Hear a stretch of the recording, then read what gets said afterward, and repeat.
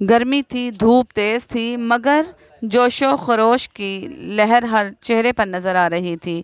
یہاں قرارداد لاہور پیش کی گئی، جس میں بر صغیر کے مسلمانوں کے لیے الگ ریاستوں کے قیام کا مطالبہ کیا گیا۔ یہ وہ لمحہ تھا جب ایک خواب ایک سیاسی مطالبہ بن گیا۔ قرارداد لاہور کے بعد محمد علی جناح کی قیادت میں مسلم لیگ ایک تیز رفتار سے ایک سیاسی قوت بن گئی۔ انہیں اب قائد اعظم کہا گیا۔ جناح کی حکمت عملی، ان کی قانونی مہارت اور ان کا عزم مسلمانوں کو یہ یقین دلانے لگا کہ علیحدہ ریاست کا خواب حقیقت بن سکتا ہے۔ قوم بھی یہ چاہتی تھی کہ آزادی کے بعد ایک متحدہ ہندوستان بنے، مگر مسلم لیگ اس بات پر ڈٹی رہی کہ مسلمانوں کی ایک الگ ریاست ضروری ہے۔ مذاکرات کے کئی دور ہوئے مگر نتیجہ نہ نکل سکا۔ دونوں طرف سے اخبارات میں بیانات کا تبادلہ ہوا، جلسے جلوس ہوئے اور عوام میں سیاسی گرمی بڑھتی گئی۔ سال 1947 کی بات ایک غیر معمولی ہوا لے کے آئی۔ یہ وہ ہوا تھی کہ جس میں آزادی کی خوشبو تھی اور جدائی کا کڑوا ذائقہ بھی۔ برسوں کی کشمکش کے بعد برطانیہ نے اعلان کیا کہ وہ ہندوستان کو چھوڑ کر جا رہا ہے، مگر سوال یہ تھا کہ وہ کس شکل میں جائے گا، ایک متحدہ ملک چھوڑ کر یا دو الگ الگ ریاستوں میں تقسیم کر کے۔ 1947 میں برطانیہ کے وائسرائے لارڈ ماؤنٹ بیٹن نے ایک منصوبہ پیش کیا جسے ماؤنٹ بیٹن پلان کہا گیا۔ اس میں اعلان کیا گیا کہ بر صغیر کو دو مختار ریاستوں میں تقسیم کیا جائے، ہندوستان اور پاکستان۔ پاکستان میں مسلم اکثریت والے علاقے شامل ہوں گے، پنجاب، بنگال کا مغربی حصہ، سندھ، بلوچستان اور سرحد۔ یہ اعلان ایک طرف مسلمانوں کے لیے خوشی کی لہر بن کر آیا تو دوسری طرف ہندو اور سکھ آبادی کے لیے صدمہ اور غصے کا باعث بنا۔ سر سیرل ریڈکلف، جو برطانیہ سے پہلی بار ہندوستان آئے تھے، ان کو یہ ذمہ داری دی گئی کہ وہ دونوں ملکوں کے درمیان سرحدیں کھینچیں۔ انہیں وہاں سے یہ کام مکمل کرنے کے لیے محض 5 ہفتے تھے۔ انہوں نے نقشے دیکھے، آبادی کے اعداد و شمار کا جائزہ لیا، مگر اتنے بڑے فیصلے کے لیے وقت بہت کم تھا۔ جہاں ہندو اور مسلمان صدیوں سے ساتھ رہتے تھے، مگر ایک لکیر نے سب کچھ بدل دینا تھا۔ گاؤں گاؤں، شہر شہر لوگ سر جوڑ کر بیٹھے تھے۔ کہیں مسلمان اپنے رشتہ داروں کو کہہ رہے تھے، اب ہمیں پاکستان جانا ہوگا، یہ شہر اب ہمارے لیے محفوظ نہیں رہے گا، اور کہیں ہندو اور سکھ خاندانوں میں بات ہو رہی تھی کہ ہمیں اپنا سب کچھ چھوڑنا پڑے گا، مگر ہم ہندوستان میں نہیں بسیں گے۔ یہ فیصلے آسان نہ تھے، کیونکہ اس کا مطلب تھا زمین، گھر، کھیت، دکان اور کئی نسلوں کی یادیں چھوڑ دینا۔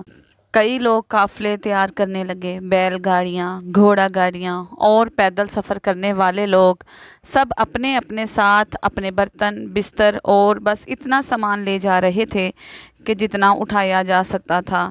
جیسے جیسے آزادی کا دن قریب آتا گیا، فسادات اور حملوں کی خبریں بھی بڑھنے لگیں۔ کہیں ریلوے اسٹیشن پر مسافروں پر حملہ، کہیں گاؤں میں لوٹ مار ہوئی۔ دونوں طرف کے لوگ خوف اور بے یقینی میں مبتلا تھے۔ یہ وہ لمحے تھے کہ جب آزادی کے خواب کے ساتھ خون کی لال لکیریں بھی ابھرنے لگیں۔ آزادی کا سورج آخرکار 14 اور 15 اگست 1947 کو طلوع ہوا۔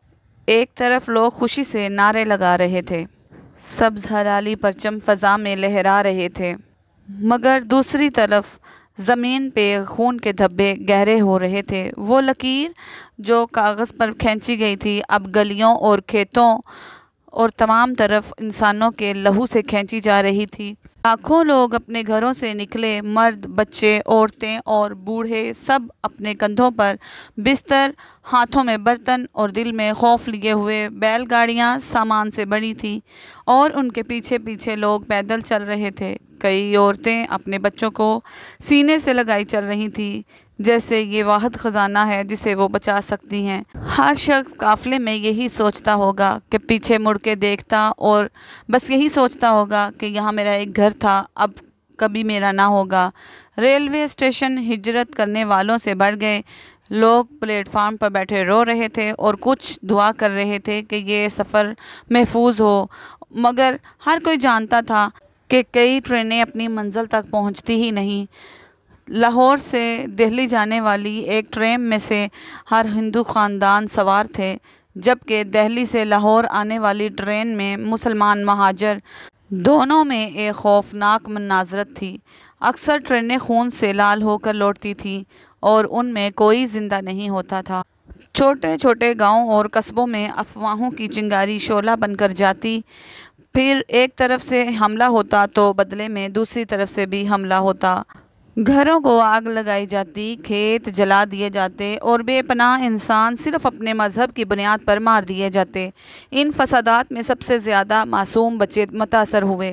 یہ المیہ صرف ایک طرف کا نہ تھا، بلکہ پاکستان آنے والے قافلوں میں مسلمان خون اور آنسو بہا رہے تھے، اور ہندوستان جانے والے قافلوں میں ہندو اور سکھ بھی اسی درد سے گزر رہے تھے۔ ایک طرف لاہور کی گلیوں میں مہاجرین کے خیمے لگتے تو دوسری طرف امرتسر میں بھی مہاجرین کے خیمے لگتے اور بھوک اور پیاس سے تڑپ رہے تھے۔ کہا جاتا ہے کہ ہجرت میں تقریباً 1 کروڑ سے زیادہ لوگ اپنے گھروں سے بے گھر ہوئے اور 10 سے 15 لاکھ تک جانیں ضائع ہوئیں۔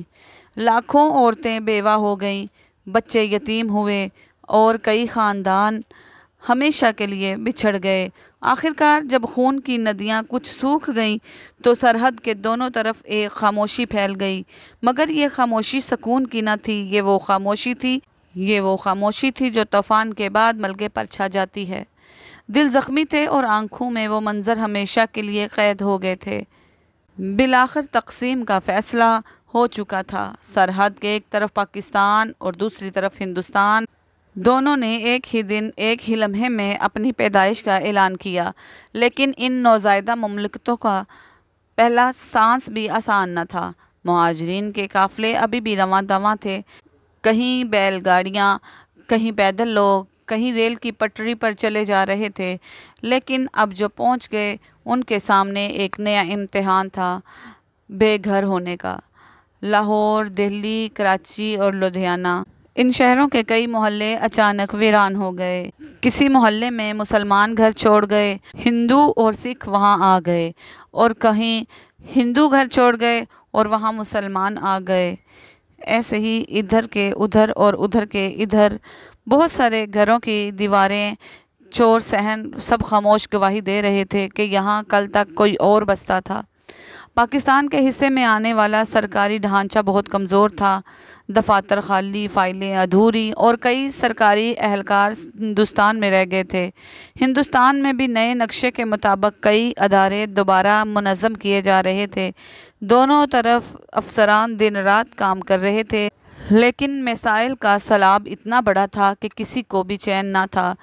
ہجرت کر کے آنے والے کئی لوگ خواب میں اپنے پرانے گاؤں دیکھتے۔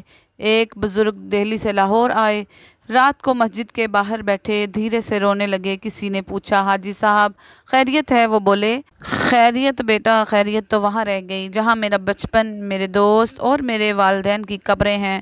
یہاں ہم زندہ تو ہیں مگر آدھے رہ گئے ہیں۔ یہ سچ ہے کہ نہ صرف مسلمان بلکہ ہندو اور سکھ مسلمان بھی اپنے پیارے گنوا بیٹھے۔ امرتسر سے ایک بزرگ لاہور آنے والے اپنے دوست کو یاد کر کے آنکھیں نم کر لیتے۔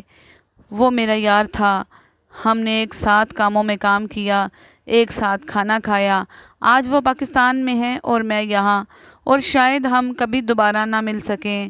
نئی آزادی، نئی جھنڈے اور نئے نقشے کے باوجود لوگوں کے دلوں پر ہجرت کے زخم تازہ تھے، اور یہ وہ دور تھا کہ لوگوں کے یاد کرنا، چہروں کی مسکراہٹیں اور بچھڑنے کے آنسو ان کے ساتھ رہ گئے۔ ناظرین، اللہ رب العزت نے ہمیں پاکستان تو دیا، مگر اتنی شہادتوں کے بعد آپ کو ہماری ویڈیو پسند آئی ہو تو لائک، شیئر، سبسکرائب ضرور کیجیے۔ آپ کی دعاؤں کی طالب مریم۔